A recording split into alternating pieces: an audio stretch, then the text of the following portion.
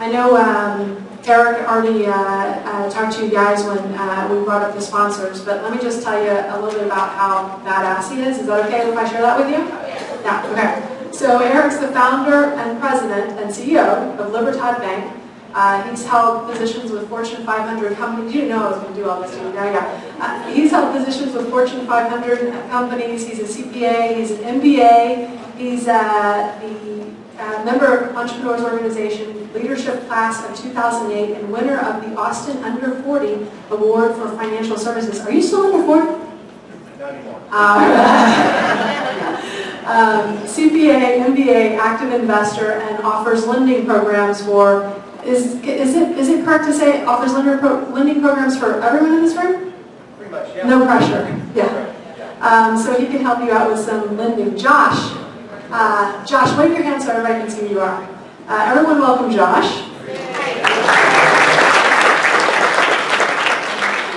Josh, too, will be a very popular person after the panel tonight. He owns Redemption Home Solutions. He does remodeling for real estate investors, which is exactly what we need. Every time we make an offer, we need a CMA, we need an ARV, and we need a contractor to come in and tell us what to do. I have worked with his mentor many times, Rick Villani, who is the author of Flip, New York Times bestseller, and he also lives here in Austin. And he's been trained by Rick, and I'll tell you, when we first got started in real estate investing, we would just hand Rick the keys and say, call us when it's done. And he'd do a fantastic job. Josh operates under that same philosophy. He also knows what to tell you what to do and what not to do, because sometimes when new investors will want to over-improve a property. So he's going to make sure you guys don't do that. Let's see, Alan. Man, you have me sweating tonight, I'll tell you what. But I'm really really glad you're here. Guys, Alan has been a member of the club for a couple of years now, and Alan is also on our listserv, and he's very active on our listserv. It's basically free legal advice. He's a licensed practicing attorney. He closes my real estate transactions, and he really takes really good care of me. He understands the creative stuff that we all want to do, because it's the creative stuff that makes us the most. This is the interactive part, guys.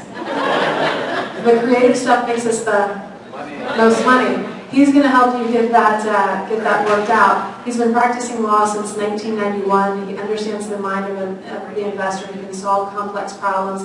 He's got a great FAQ on his site for investors, specifically about one of the items that Phil talked about tonight, which was buying on a raft, buying subject to. I'd say he is one of the foremost experts at that. Partially because I've begged him, partially because I want to be able to give great information to you guys, our investors. So he's on our listserv, he's part of our club, he's a great asset to have on the team. He's an expert at putting together your wild deals with sub-twos, wraps, under financing, and he'll even also do a traditional real estate deal every so often as well. Elaine Fleming. Elaine, say hello.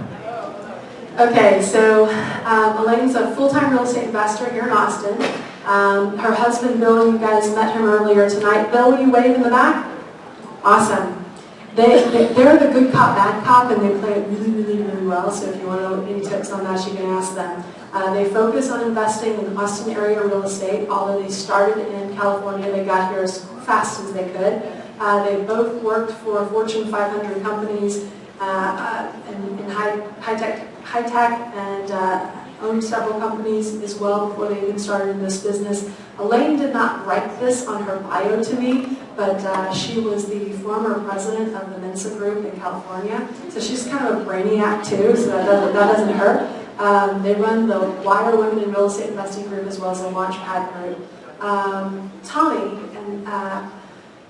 Tommy Gillis has, well, let's just say that half of the people here are related to Tommy Gillis.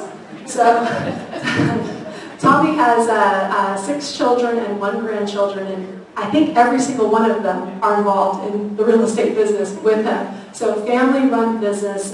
We actually do a lot of deals together. He's a retired captain with the Austin Fire Department, and he has a good background in construction. He started investing like 13, 14 months ago. Do you guys want to know what he's done in the last 13, 14 months? Let's see. He's fixed and flipped 4 houses. He's wholesaled 5 houses. He owns 2 rentals. And I think he's got about another 6 under contract right now for wholesale, or short sale, and or partnerships. Is that pretty impressive for sharing real estate? Same thing, guys. Is there anything you want to add about yourselves? Enough about me. What do you think about me? Is there anything you want to add about yourselves? We got it. Awesome. I may ask you to kind of pass the mics around a little bit because I'm not quite sure how well they'll pick up sound. But let's just start with, I've got a list of questions that I'll pepper them with. Do you want me to do that right now? Okay, can you come up here and help me? Have you guys enjoyed the meeting so far? Okay. Do you guys want more meetings? Do you guys want this meeting to never stop? Never? Pull out the bunk beds. It's okay. Next weekend, Phil and I are actually hosting a 3-day training event here in Austin, and we'd love to have you guys come and join us. We already have over 100 real estate investors that are signed up to go, and we've got a few tickets left to be able to come and go to that. And we go over real estate everything. By raise of hands, by standing up, if you've been to one of our real estate weekend workshops, can you stand up for me, please? And you still came back. That's good. Thank you guys. If you guys would like to come and learn a lot about real estate in 3 really intense days, raise your hand and we'll give you a ticket to join us. Not this weekend, but next weekend here in Austin, and we're going to really lay it out for you. So guys, will you hand out some tickets to those who have their hands raised? Phil, you do this side. Christian, you do this side. Friday is the bonus day, and Saturday and Sunday are the regular days. So if you can't make it on Friday, I know some of you have full-time jobs, I highly recommend that you come on Saturday and Sunday, and that's okay. So what we're going to do is Chris and Phil are going to hand out some tickets, and then Chris will get them validated for you in the back over by where Steve is. Steve, can you stand up and wave? Chris will get it validated for you at that table. Basically, we'll just get your contact information and make sure that we've got, we let you know all about the event and when to show up, etc. And 1 ticket will allow you to get 2 people in, so yeah. So just keep your hands raised if you want to join us. It's invaluable training and you'll really love it. And while they're doing that, I'm going to go ahead and kick off with the first question. So, I forgot to do this. You guys are just going to have to use your hands for this part. On a scale of 1 to 10, you can use both hands. What would you rate the Austin real estate market in terms of 1, not hot, or 10, totally on fire? Oh, Helen says an 8.5. Okay, so we'll throw out the lowest and the highest, and we're still at about 10. Market's on fire. So, Alan, have you ever seen it higher? Have you ever seen it hotter than this? You've been doing this since 1991. Okay, so 8.5, 9.5, that means you think it has a lot more steam left to go in it. Is that what you're saying? A lot more the creative financing. Explain. Struggling. Can you get a little closer? Yeah. There's going to be some people who are struggling, and so the opportunity to come in, assist them, take over that property. I think we still have some folks out there who are good opportunities. I agree. One of the things that Phil and I do is we actually do this Saturday strategy email.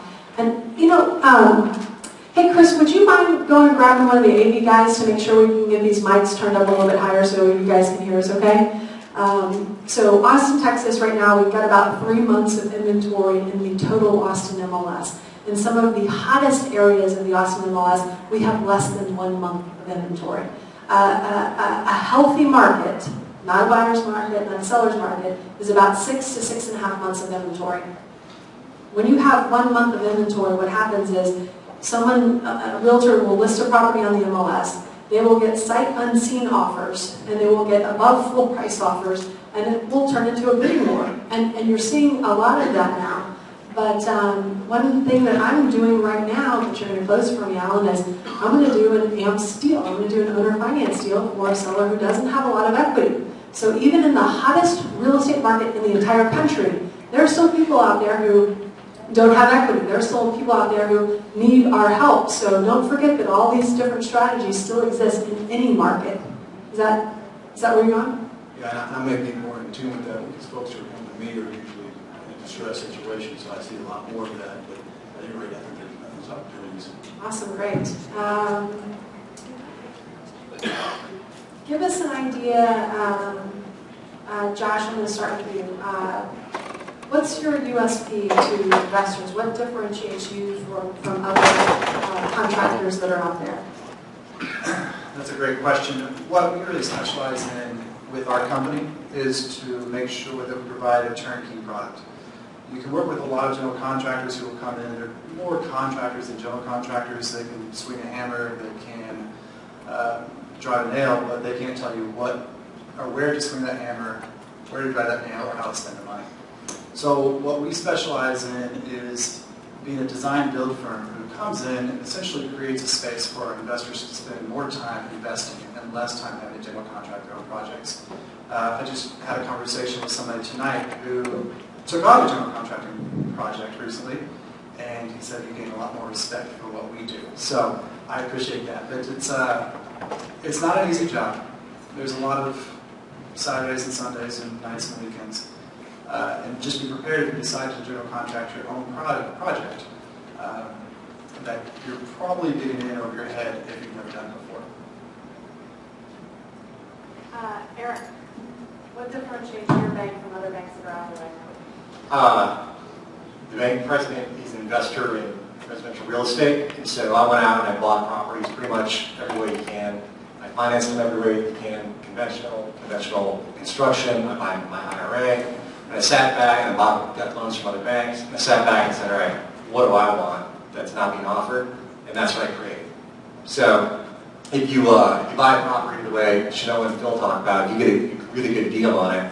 Let's say you buy cash and put some little rehab money in it, but you're less than 70% LTV, all you're costing it, you can actually get cash out of case from us, no seasoning, whatnot, for rental properties.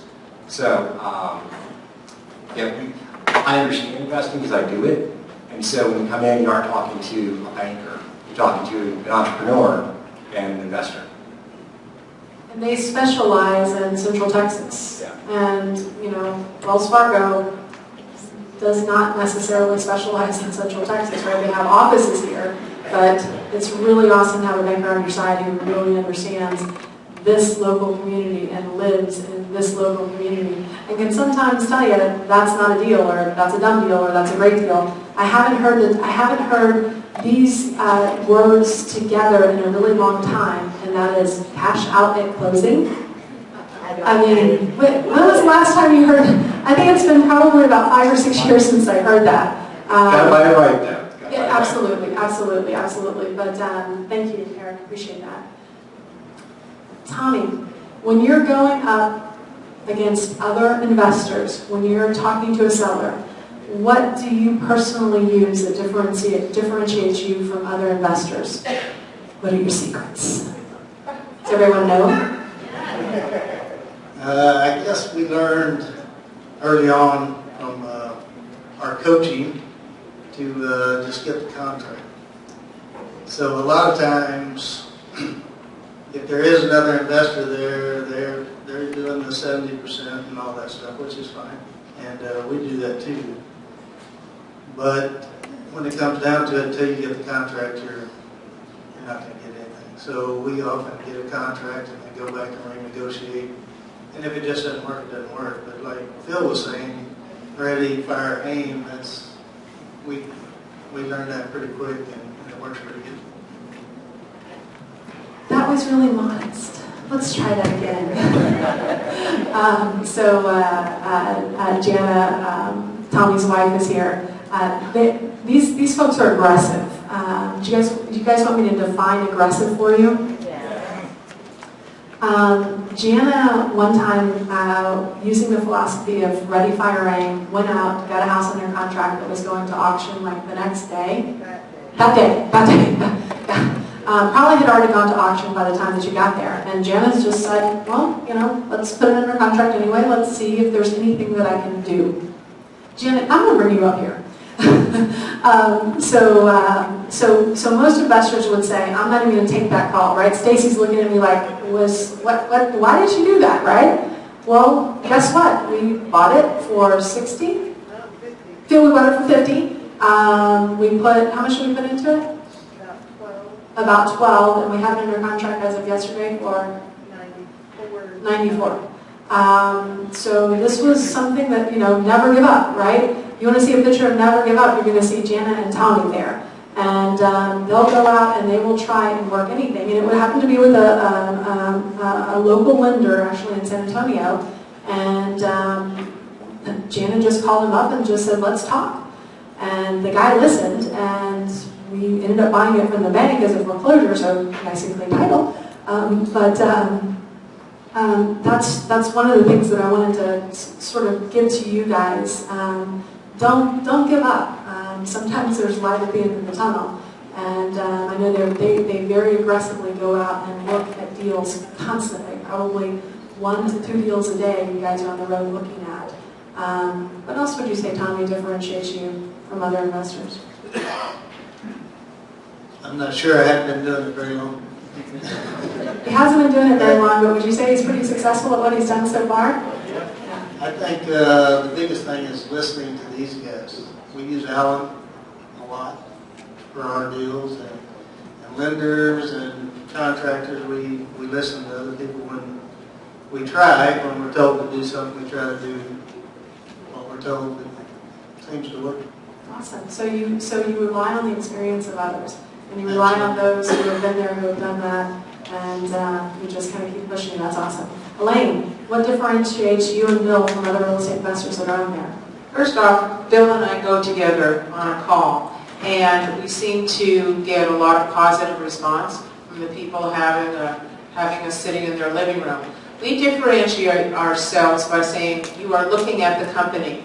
We're not Wells Fargo. This is the company. We make decisions by looking at each other, talking, and we'll make a decision right now. And a lot of times people want to have some leeway about when they're going to leave their property, so we work with them. We can lease it back to them for a week or two. We can give them some feeling that we are real people working with them as real people in their needs. Something comes up in their life and they need a couple of more days to be able to move out, that we're flexible. So we let them know that right up front when we're sitting in their living room, signing the paperwork and going through all that. The paperwork is the paperwork. Yes, you have to get it done. But we also give them a lot of personal attention in that regard and caring about them. These people don't want a real estate person and all the people traipsing through their house. They don't have the money to fix it up. And that's okay, we say, that's fine, just the way it is. Don't go and wash and clean and everything, because we're going to be rehabbing this place. So we give them a lot of personalized attention and the feeling that we're their friend, and which we are. I mean, that's the way we work with people. Been really successful with that point of view. Alan, I think I already... Yeah, but I want to add, Bill and Elaine, let me say 2 things that they do that's incredible. Whenever there's something that needs to get done, they get it done. I think one specific item we were dealing with, we had to get a recorded document. We needed a certified recorded document. I said, well, it's 3 o'clock, and the courier can't get over here and get over there and get back. So we'll get it tomorrow sometime.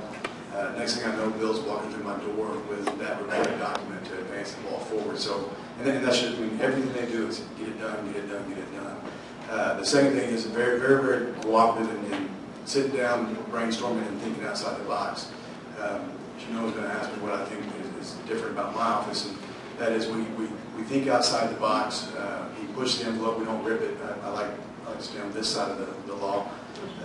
But we can get deals done, and Bill and Elaine are right in there with me and learning everything, and so they've been great at that. So I wanted to give you those kudos. In terms of my office, like I said, we're a title office on steroids. I can't tell you how many times I get a phone call from what I call corporate or traditional title office that we can't close this, and my answer is always yes, and then I start going and figuring out whether we can or not. But we do every time. Just trying to make sure that if there's a deal that looks like it's going sideways, there's always a way to save it and figure out how to get it done. And so With the title office working in conjunction with the law office, I think we just offer a full range of services. So, hypothetical, you're a title company A, and you're dealing with an escrow an escrow officer who is not an attorney, and the deal goes sideways. And option B, you're at your office, and the deal goes sideways.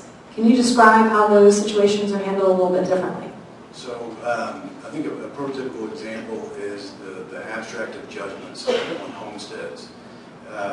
You'll end up with some liens or things of that nature. The title office is going to see an AJ on a homestead and say, hey, this needs to get cleared. And they're right, it does. The insurance company, the underwriter, is not going to provide the insurance on that. So the escrow officer kicks it back over to the parties and says, get this figured out. We're going to be able to take off the title company hat, put on the lawyer hat, and tell these folks you can't have an AJ on a homestead. Please take it, give us a limited release. And when they say no, then we can write letters and say, now you're going to be sued. Here's how much you're going to be sued for. Can you give us that limited release? And we'll eventually get it. Even had one recently we did. Went ahead and closed the file. I guess I probably shouldn't be saying this story. We'll just keep it between us, right? What happens at Austin REMC stays at Austin REMC. Go on. So we had an AJ on a homestead and had to get it closed. I forget if it was foreclosure or what have you. And what I said was, all right, close it, and then I'll go clear the AJ after we close, before the 90 days when the title insurance policy is going to come out. So I had myself 90 days before I'm going to get yelled at by him and his title.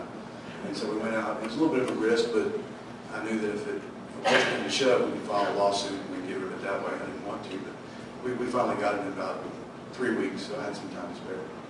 So another thing that I've heard Alan say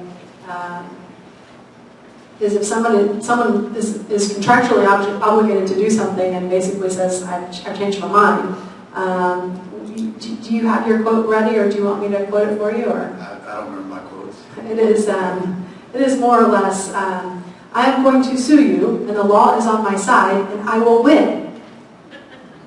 Do you think an escrow officer is going to say that to anybody? The answer is no. Okay, so when you need someone on your side to do that for you, this law office actually does that for you. So he plays attorney a lot and does it really, really, really well. It's fun. Okay, Tommy. Tell me what types of investing strategies are working best for you right now. Tell me about the 5 deals that you've got under contract. How did you? What's your strategy for acquisition on those? What's working best right now? What we try to do the most of is the sub-2. Almost everything right now we're looking to take over the financing, just because it's almost an endless amount of cash. As long as you can make up the difference and do the rehab, the financing is already there, and it's usually pretty good financing. Elaine? We also look for financing as part of every deal.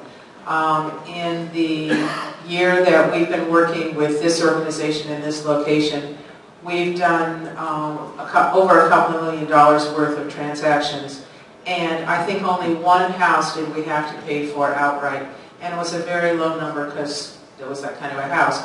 But we always look for financing, and we want to put the least amount in every deal. How much money you have is always a finite amount, whether you have a little bit of money or you have gazillion dollars. So you want to put the least amount in every deal. So we ask every time, does this deal come with financing? How much do you really have to have? And then we negotiate how much you really have to have. Josh, do you kind of get behind the P&L of any of your investors? Do you know how they're buying the properties, how they're funding their remodels, where they're getting their money, how they're finding some of their deals? Do you get behind the scenes on any of that? Well, we actually go with our investors when they're buying the deals. So we help them evaluate the deals before they ever purchase the deals, which is something that we kind of specialize in as well. So I do know a little bit about how my investors are finding the deals. They're doing wholesale right now. They're doing direct marketing. And pretty much anything that they can do to find a house, because as you said earlier, the auction market is ridiculously hot. And deals are fewer and far between all the time. So as far as finding deals, they're looking at wholesalers, they're doing direct mailing, anything that they can put themselves in front of a potential seller. As far as money, my investors are working with both private lenders as well as money that they have, or cash buyers. So it's nice when they're cash buyers because they pay me in cash as well. So that's a lovely thing. Eric, for the folks that you see, what kind of deals are you looking at right now? It's mainly wholesale deals, friends and family, knocking doors, stuff like that. Alan, what percentage of the closings that you do you see a wholesale assignment fee on there, or do you put a wholesale assignment fee on there, or do you see a wrap transaction on, or do you see a cash transaction on, or do you see a hard money lender on? In terms of all the items in the office, I would say, my escrow officer's here, she might be able to help me, but I think around, I would say 25% are going to be what I consider creative financing, and then 75% conventional, just end buyer and seller. Of those broken up, I'm not seeing many assignment fees for some reason lately. I see more flips. Are you seeing more simultaneous closes? Yeah, and I think that's as a result of people making too much money. Yeah. They can't show everyone the numbers, and so therefore they get double closings. Is there anyone in here who wants to know what a simultaneous close is that maybe does not already know? Yes. Alan, would you mind? So we call it ABBC. The investor comes in, identifies the property, gets under contract, goes out, locates an end buyer, and for one reason or another, not going to take an assignment fee. And so you'll have, what I prefer is contract 1 over there on the AB, contract 2 on the BC. The AB and BC are going to close same day. And that B is the investor in both of those. So they come in, sign off. The good ones are coming in. They don't come in same time as A or C. They sign both the AB side and the BC side, sitting down with the escrow officer, and it's a nice, smooth deal. So 2 closes. So the investor buys it from the seller, for example, in the morning, and then sells it to the end investor in the afternoon. And that way the seller does not know how much the investor makes, and that way the end buyer, the end investor, does not know how much the middle investor makes. Alan, on average, at what stage does it become obscene enough to want to warrant a double close as opposed to just an assignment fee on the HUD? I'm trying to remember what we said last time on that. It was funny, but gosh, I forget. And I'm trying to think of some of Bill and Elaine's. But if you have a number that's going to cause, if everyone sees all the numbers, and someone's going to start looking at the other person's bowl and say they got more, then you're going to have to have a double close. I don't know the exact number. Percentage-wise, I think. Well, heck, no, I don't know.